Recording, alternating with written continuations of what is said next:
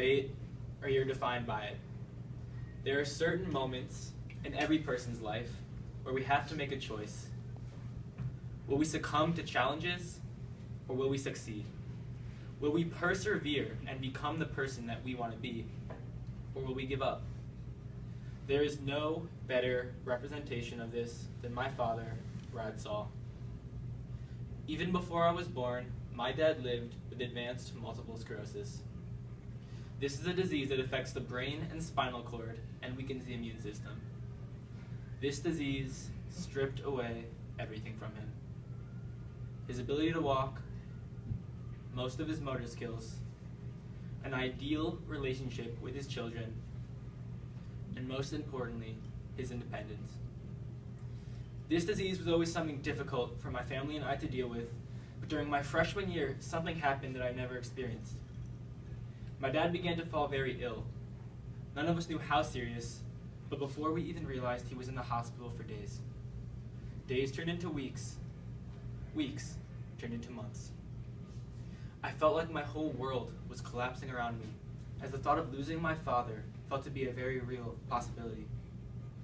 But my dad had such a strong heart and will to live that he was able to fight his way back through months of therapy. Unfortunately, he had only won a single battle. He was in a war that was just beginning. For years, he was in and out of the hospital. He shocked doctors on numerous occasions with his ability to fight. Day after day, year after year, my father fought. And my dad lived more fully and more accomplished than most men I've ever met. On December 4th, 2015, my dad passed away peacefully in his sleep. My dad didn't die. He just ran out of days to live. It broke my heart. His suffering was my suffering. You never want to tell your dad goodbye. In one form or another, we have all suffered loss. We have all witnessed pain, and we have all dealt with paralyzing fear. This was the biggest emotional challenge that I have ever faced, but I wasn't ready to let that define who I was. Instead, I wanted to use these challenges and turn them into something positive, something that would help me change the world and become the person that I want to be, someone I know my dad would be proud of. I decided to take action. My first step was starting and running the Free the Children Club at my school.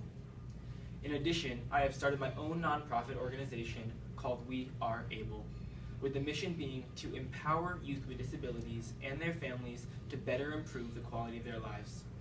The dream was to make sure that no person or family ever had to go through the suffering that my family had endured, to remind them that they are not alone. This dream is now a reality. As I have taken action and thanks to Free the Children, gotten involved in the public policy for people with disabilities, I have learned how to make pitches. I have met with major nonprofit and city leaders.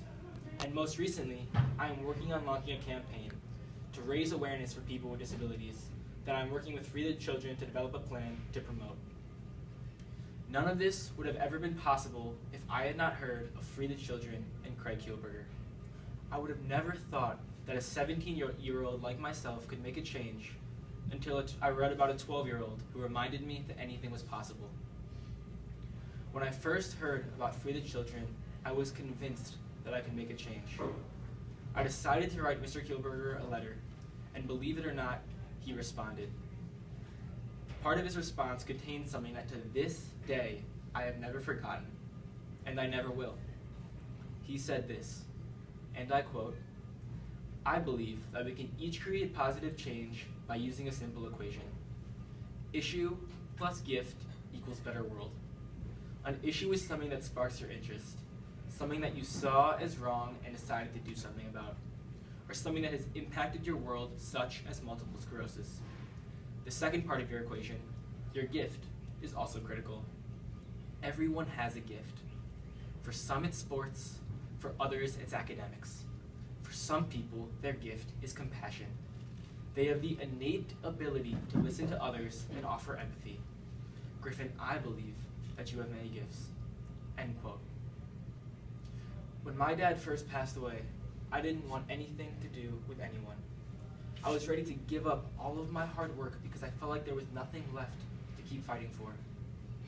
But then something happened that I never expected. First, I received an email from Mr. Kielberger expressing his condolences for my loss. And then it was Francie who came to my house to pay a shift call. Free the Children is so much more than an organization. It's a family. They were there during my darkest hour to remind me what my organization stands for, and that it will always be there to carry on my father's legacy. It is the people who no one imagined anything of, who do the things no one can imagine. When we talk about the word empowerment, it holds a lot of meaning. I mean, what does it mean to truly empower someone to change the world? This is why Free the Children asked me to speak here this morning, to show you what that looks like. Because I am empowered. I'm empowered by all the staff at Free the Children who work vigorously to change the lives of millions of people every day. I am empowered by seeing young changemakers being born and their passions being developed.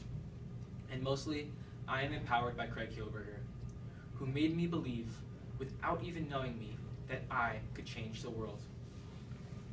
I stand here in front of you today as living proof of the positive impact that this organization had on my life. I know that together we can change the world. So I hope to see every one of you soon as your Free the Children experience is now underway. Thank you.